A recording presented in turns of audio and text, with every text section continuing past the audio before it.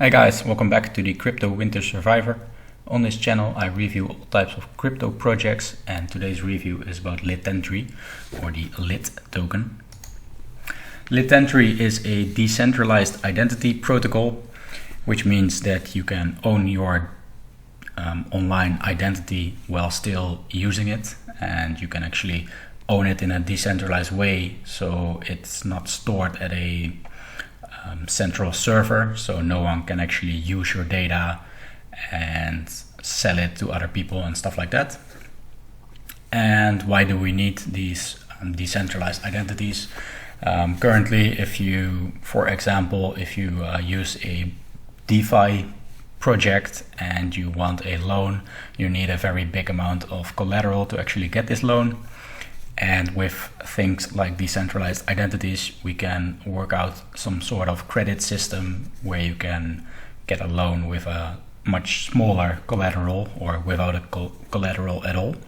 And also, for example, we have airdrops, and with these airdrops, people can just give up 11 different wallets, and they can actually get this airdrop in all of these wallets. And with a decentralized identity, you can actually prove this wallet is really you, and you can only link your identity to one wallet. So in this way you can as a project make sure you can only give the airdrops to certain people instead of giving it 11 times to the same person. It's built on Substrate, so it is ready for the Polkadot system, and it's also applying to be a Polkadot parachain. And there's only going to be 100 parachains on Polkadot, so whoever gets these slots is a pretty big part of the Polkadot ecosystem. But we don't know if Litentry is actually going to get this spot or not, but they are applying for it. They have a team of 9, however, they weren't actually on their website. They linked to a LinkedIn profile, so it took me some time to actually find the team, and yeah, do with that information what you will, but usually it's not the greatest sign if you have to put in a little bit of effort to find our team. Some potential problems, well, we have things like hacking, and if someone hacks your wallet, then you of course lose your funds. But in this case, depending on how it will technically all work exactly, but we may see problems with identity theft, where if you actually hack someone's wallet, you also hack their decentralized identity, and you can actually from that point on act like you're this person. I'm not sure how this will in practice work, but they didn't specify any ways of preventing this either, so this might be a problem.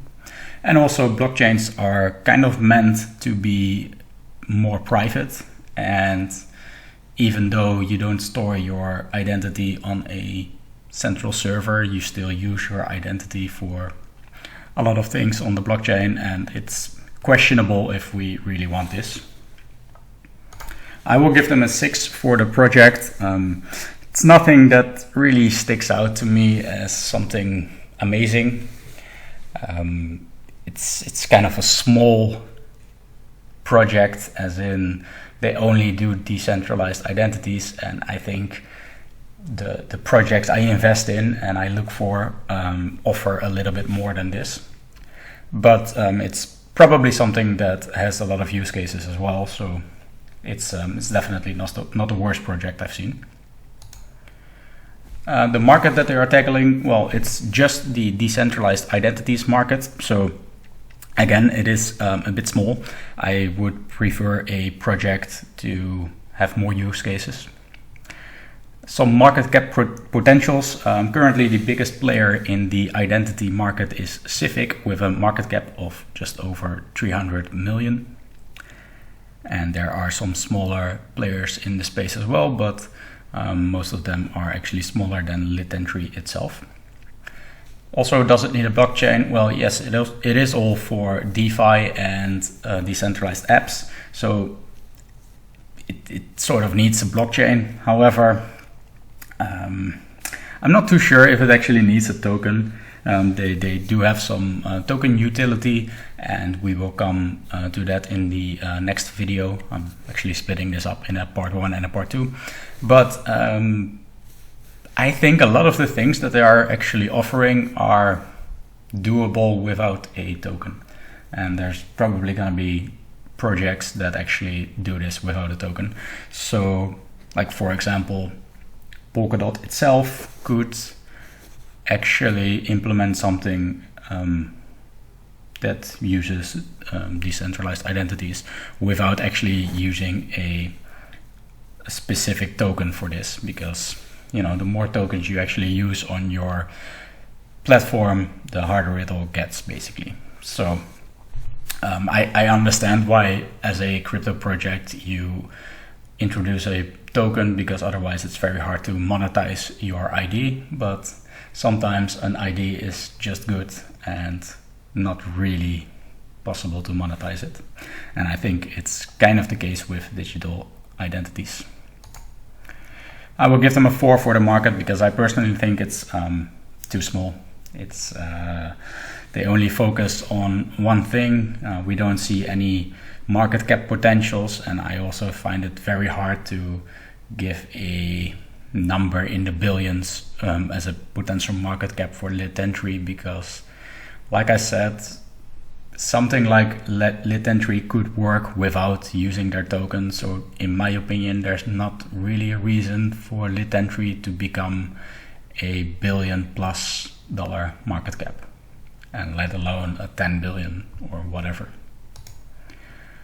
Competition. So the biggest competitors are Civic, and then we have Selfkey and Metadium. And there's some smaller players as well. Selfkey and Metadium have about 50 million market cap, and then Civic with about 300 million. Biggest differences: Civic is more enterprise based, and they actually offer a monthly subscription to use their identity system, and just Civic works in a bit of a different way than Litentry does. And Litentry does have more token utility, as far as I've seen, than the other players in the space. But still, am very doubtful how much of a token utility is really needed. As in, I think this project could very well succeed without a token at all. So we will have to see in time if people will actually use their token enough once this gets used at all, basically. Adoption, well, none of them really seem to have any usage yet, so competition is definitely not so big. I mean, if Litentry is gonna succeed, we will have to see, but it's definitely not because of the competition, in my opinion. I will give them a 6 for the competition, because even though there's not that much competition, it's still, there are quite a few players, and it's a very small market. So it's better to have a very big market and have a couple competitors than such a small market as this, because again, I can see this having a multi-billion-dollar market, and yeah, then if you have some competition, it's already gonna be too much quite easily. But yeah, we will have to wait and see, and I will come back in part 2 and look at the token economics and utility and stuff like that. So please stay tuned for part 2.